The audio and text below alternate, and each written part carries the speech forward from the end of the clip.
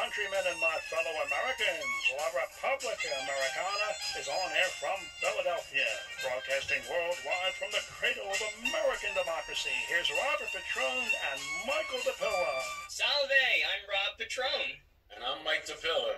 And this is La Repubblica Americana, where we explore how the Western world modeled the Roman Republic and how Italian culture influenced our Western heritage. Mike, in recent years, woke scolds, Marxists, and other enemies of Western culture have been trying to cancel great American icons. I did a whole radio show, Christopher Columbus University, about the lies they relied on to try to cancel Columbus. But in 2020, they also managed to convince the city of New York to remove the statue of founding father Thomas Jefferson from Manhattan's City Hall because he was a man of his time and not of their Marxist utopia. And now they're turning their attention to George Washington. There is a movement to remove the name of the father of our country from the name of George Washington University. They've already managed to remove the likeness of the Colonial Minuteman from the university football team's helmets, replacing this iconic American figure with the meaningless image of a hippopotamus. This is the modus operandi of the enemies of Western culture, to replace the meaningful with the meaningless. It's a form of cultural demoralization, sort of what the Axis powers did with Tokyo Rose and Axis Sally during World War II, only this time they've infiltrated our own homeland institutions and are using our own corporate media and legacy media against us. If they can make the case that our founding fathers were racist, evil people, then they can make the case that all of American culture, and indeed Western culture, is racist, evil, and fundamentally flawed from its outset, and therefore must be torn down and replaced with their Marxist utopia. But what they don't realize is, Mike, the word utopia is Greek for no place. That is, embedded in the very word itself is the revelation that there is no such thing as a perfect human society. But Western culture has come as close as humanity ever has to a civil and just society. And our founding fathers, the great political philosophers that they were, created the United States on those principles. And that's why Radio Voice Italia has given us, Mike, you and me, a platform, just as Christopher Columbus University was necessary to debunk the slanderous narrative of our Marxist-infiltrated institutions that they've been peddling to our children and our college students. La Repubblica Americana is now needed to do the same for our founding fathers, because we know better, especially you, Mike. You're the real expert on the classical foundations of the United States and the classical mindset of our founding fathers, especially the father of our country, George Washington. So, Mike, I've heard George Washington referred to, among other things, as the American Cincinnatus. Who was Cincinnatus, and why is George Washington considered his American analog? So, Lucius Cincinnatus was a Roman patrician, a statesman, a military leader, but most importantly, he was just a common citizen who was a farmer, just like the rest of Americans back in colonial early America. He lived in the 4th century before Christ, and became a legendary icon of his selfless devotion to the Republic in times of crisis. He was called out both 2 times out of retirement to lead the Roman army against foreign invaders. And both times he refused to accept rewards or power and returned to his farm and became a symbol of selfless patriotism. So parallels were drawn, of course, between him and George Washington. Interestingly, at the age of 61, he was the consul of the Republic, which is sort of equivalent to our president today. He was the top leader. And anyway, but he's always remembered for returning to the farm. Anyway, we should talk about the fact of how these colonists were called to put down their plows and take up their arms in defense of the spirit of liberty. Right, yeah, so the Minuteman farmer, right? So all right, so we have this parallel between Cincinnatus, who he starts his political career, or achieves during his political career, the position of consul. And we talked about consul in an earlier episode being like a president. And then he retires from that, goes back to the farm, and then he's called twice from the farm when these invaders come to serve as dictator, or it's, we would say in English, dictator, and that has a pejorative meaning in the 20th century, but really it's just Latin for chief magistrate. And he serves as that throughout this invasion crisis, and then he repels the invaders. I think it was like in 16 days he repels the invaders with the Roman army, and he immediately resigns and relinquishes the all-encompassing political power of dictator and all of the perks that go with it, and he returns to the farm. And so Washington does the same thing. And, you know, this is, I think, really telling. Like, Cincinnatus is held up as sort of this icon of civic virtue for doing this selfless thing, giving up power. And Washington wanted to do the same thing. He wanted to be an icon of civic virtue for the Americans. So you mentioned, this call to the Minutemen farmers, also farmers.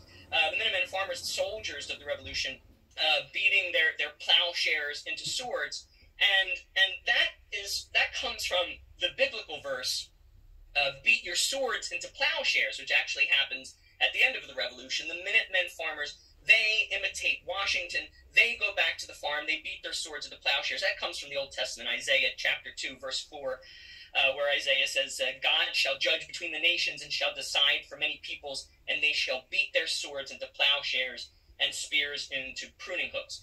So Washington knows about Cincinnatus. You know, he's classically trained, as you've explained to us, and he goes back to the farm at Mount Vernon. Now, how did the artists of the time, the artists who were recording the Revolution, how did they memorialize this iconic moment in American history?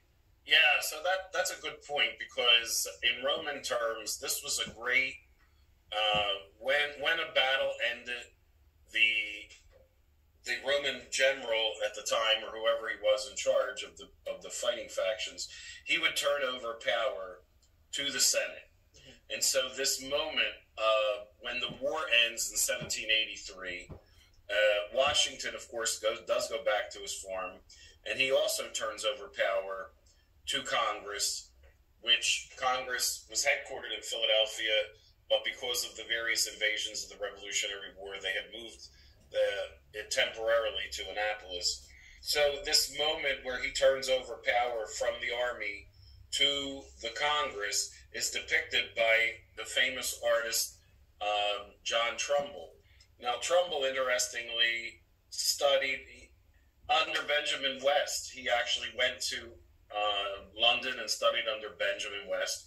And Benjamin West, of course, was the first artist that boarded a boat out of Philadelphia in 1760 to go study art in Italy. So a lot of this classical art had infiltrated Benjamin West and was then passed along to Trumbull.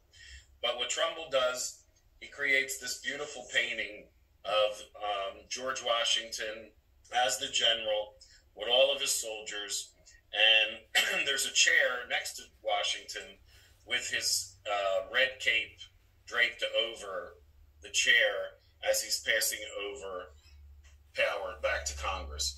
And this red cape was the symbol of the leader, and this superpower or superhero red cape, passes all the way down to Superman in today's world. So it's kind of interesting how a lot of that. I love that. Yeah. It's iconic. The red cape. We don't often think about it, but it appeared on Superman. Let me just back up a little bit. Give folks a little bit of background about John Trumbull. I'm sure our listeners have seen John Trumbull paintings, whether they know it or not. He did this very famous painting called the Declaration of Independence, and it shows the five-man drafting committee: Benjamin Franklin, George Washington, John Adams, and Robert Livingston and Roger Sherman, and they're presenting a draft of the Declaration to John Hancock, who's seated behind a table, and there are other congressional delegates sort of standing around him. And the painting is not, contrary to popular belief, supposed to be the depiction of the signing of the Declaration of Independence. It's the presentation of the draft to Hancock. And Trumbull also painted a very famous portrait of George Washington from memory, because remember, we said in an earlier episode, Washington hated posing. So in this painting of Trumbull's, Washington is standing with his page, William Lee, and they're overlooking the Hudson River with West Point and some ships in the background. And then immediately after the Revolutionary War, I shouldn't say immediately after the Revolutionary War, Trumbull returns to London, as you say, to study under Benjamin West. And Trumbull creates his first major work in 1784, which preceded the other two paintings I just mentioned. And it's titled The Deputation from the Senate Presenting to Cincinnatus the Command of the Roman Armies, which depicts Lucius Quinctius Cincinnatus as George Washington. I love this. And then so in 1824, Trumbull paints what I guess we might, in modern parlance, in the parlance of our times, call the sequel to that painting, which is titled General George Washington Resigning His Commission. And as Mike described, it's depicting Washington resigning as Commander-in-Chief of the Continental Army before Congress at Annapolis.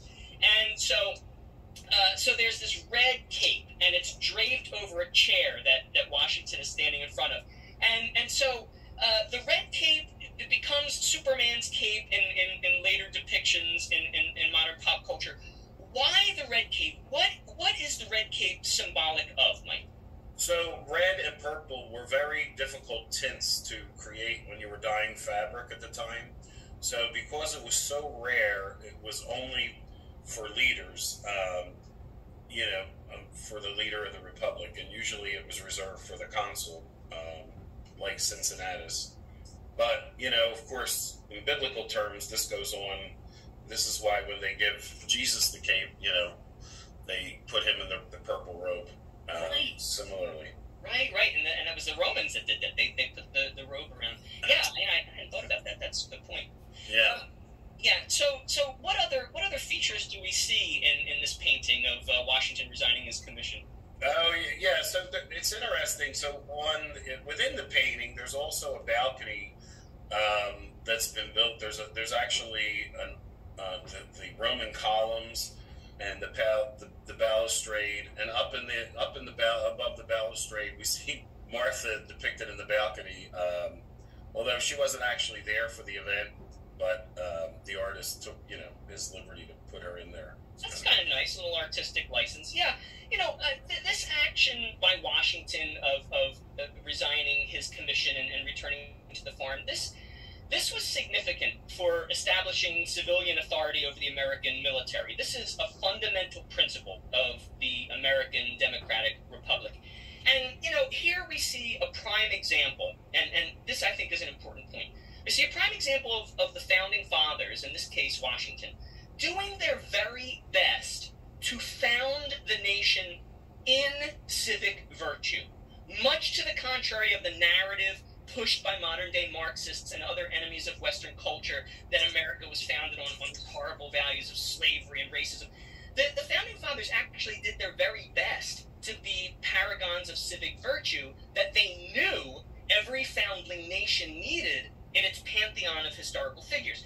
They were not just great political thinkers, they were great politicians in practice as well. So, Mike, George Washington imitating Cincinnatus is not the only example of colonial America's imitation of the Roman Republic.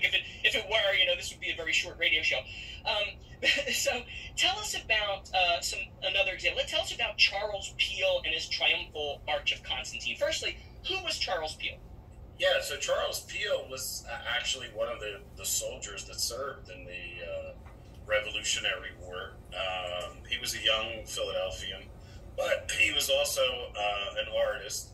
And at the end of the war, we have to imagine the excitement that existed in Philadelphia and throughout the nation, because we had just beat the superpower of the world at the time.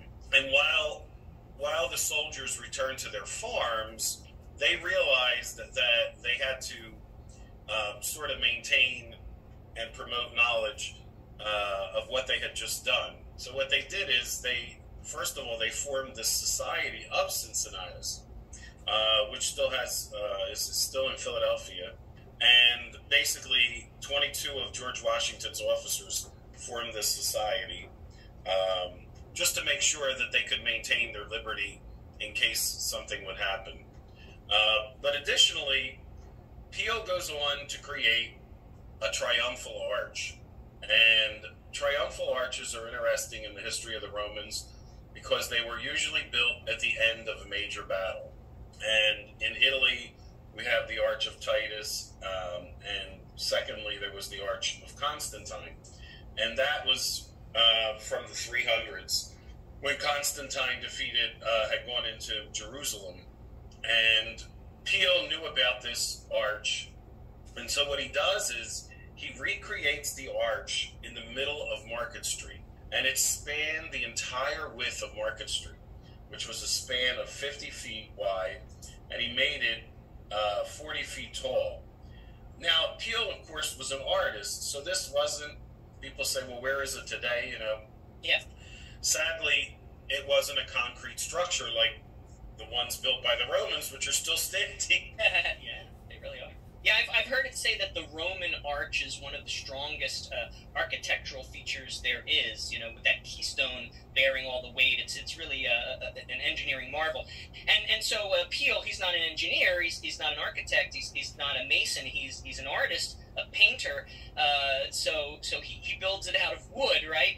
And, you know, the arch is a duplicate of that second arch that you mentioned, the Arch of Constantine.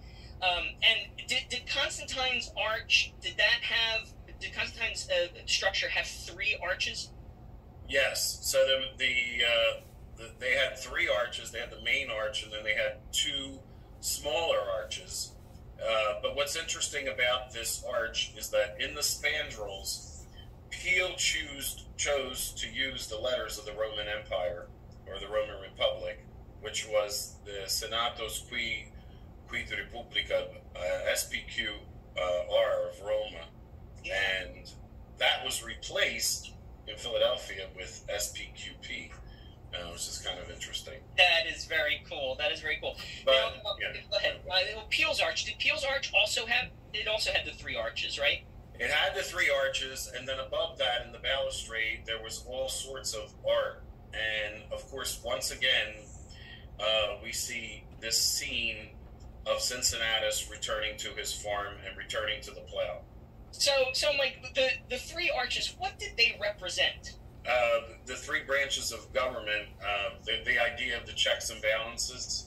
Yeah, and, yeah. This again was written by a Roman during the Roman Republic named Polybus, and you know, of course, he talks about the legislative, the judicial, and the executive branches of government. Got it. Yeah, you know, I'm familiar with Polybius. He's a Roman historian of Greek ancestry. In the 2nd century before Christ, he wrote a history of the Punic Wars, and we've talked about the Punic Wars before in the show. These are the wars between Rome and Carthage. He writes this work called The Histories, where he describes this. But as a student of the law, I am very familiar with Polybius because of his analysis of the so-called mixed constitution, or the separation of powers of governmental bodies. So the framers of the United States Constitution, they relied heavily on Polybius's writings, as did the great Enlightenment thinker John Locke in his 2 treatises of government. In the U.S., the separation of powers, also known as the system of checks and balances among the 3 branches of American government, as Mike said, legislative, executive, and judicial, is embedded in the first 3 articles of the United States Constitution, which outlines the separate powers of those 3 branches in that order. You know, a lot of discussion is had today about the amendments to the United States Constitution, particularly where Marxists and other anti-American forces are trying to strip away our rights listed in the Bill of Rights of like free speech, religion, and assembly, found in the First Amendment, our right to bear arms, found in the Second Amendment, and so on.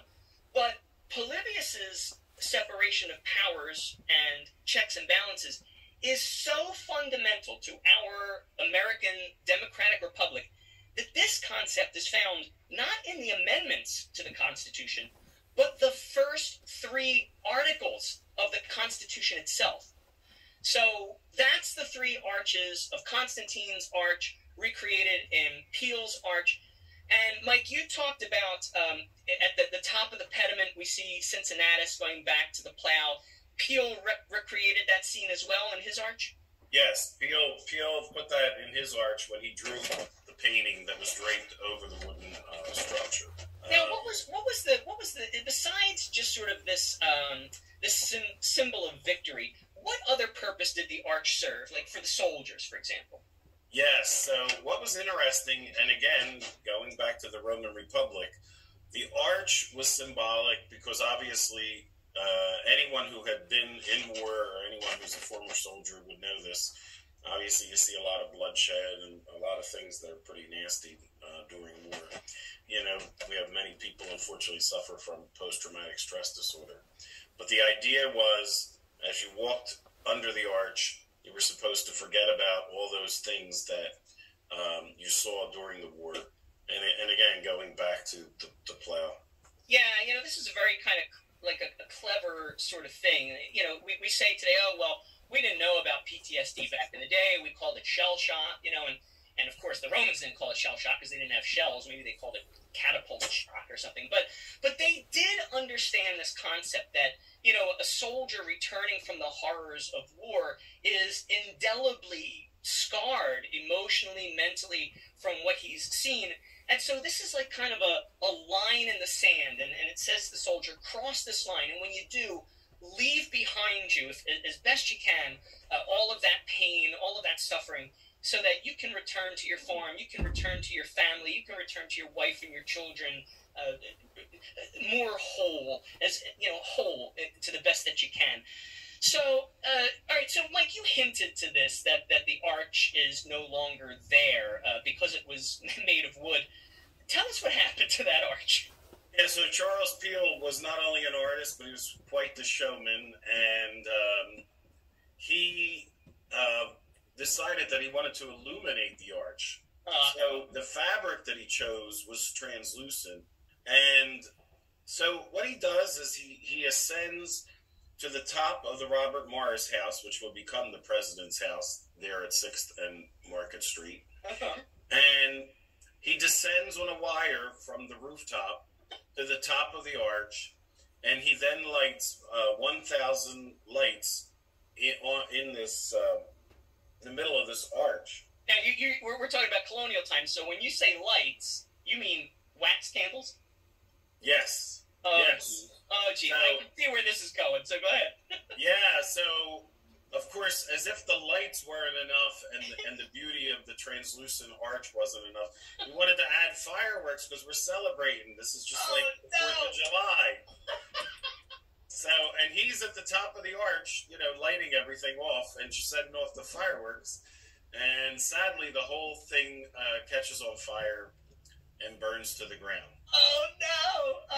And and he's laid up. You know, he's injured because he falls. But people had fallen in love with the arch, and they wanted it rebuilt. So Peel repaints it, and he moves it this time to the corner of 6th and Chestnut Streets, across from the theater. Yeah, so this is interesting because I just want to say this. When you and I, we have our martini nights, and we kind of sit and discuss what are we going to talk about. You know, we very briefly kind of discuss what we're talking about for the show, and then later I sort of look at my notes written in the fog of a martini, and I kind of clean them up a little bit. And as I was doing that, you'll never believe where I was sitting. I was sitting like a block away from 6th and Chestnut at a table at a coffee shop doing that. When I was cleaning up the notes. There it is at 6th and Chestnut. But it's no longer at 6th and Chestnut. Like, what happened to that arch? Well, that one was taken down, and we're told that painting, he folded it up and he put it away, and whatever became of it is not known. Now, you mentioned... but we have been tasked by the city to try to recreate that arch. And if we have any artists out there that are willing to take on this challenge... we're willing to work with you and reimburse you for your efforts. But we're actually trying to recreate this and make people aware of this event because a lot of people don't know about it. When you say we, who's the we? I didn't know that. Well, we meaning this group that we have of Italians who were interested in the culture of Italians in Philadelphia. That's fascinating. I did not know that. All right, so all right, this is a clarion call to artists out there. If you want to recreate Peele's magnificent arch, hopefully you can make it flame retardant this time with modern technology. But we do have a sketch. An artist created a sketch of it, so we have an idea of what it probably looked like. And interestingly, it sat right there at 6th and Arch and 6th and Chestnut.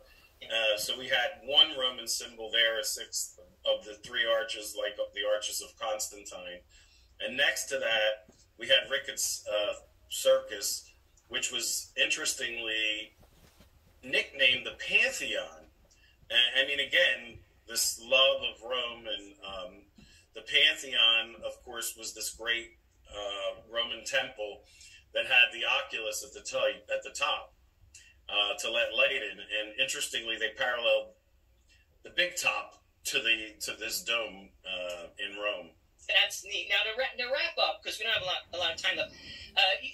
I've seen what you're referring to, the circus, because you have shown me these ads from the 1940s from Philadelphia Whiskey, which, as the name implies, was a whiskey distillery in Philadelphia.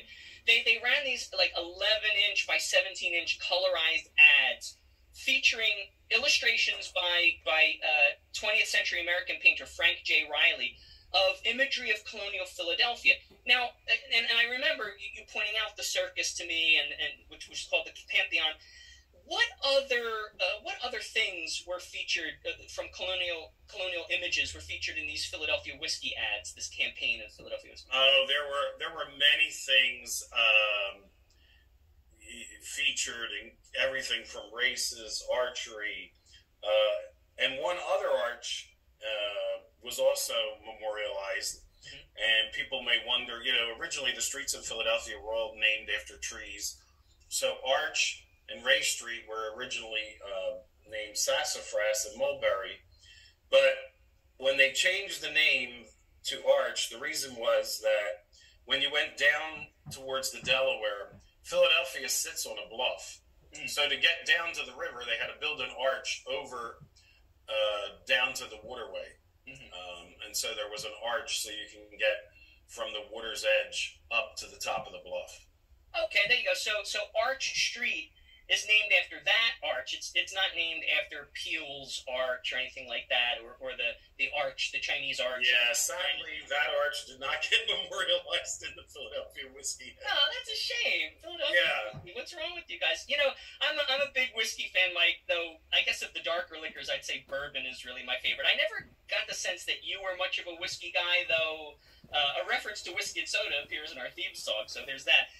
Instead, you and I, as I said, we have our martini nights every other week, so I know that you, like I, are a big gin guy. Ma dimmi, Michele, altre a gin, qual è la tua bevanda alcolica preferita? Per me vino. Ah, now that's Italian. Thank you for tuning in, folks, and be sure to visit Mike DePilla and me, Rob Petrone, next time on Radio Voice Italia at La Repubblica Americana.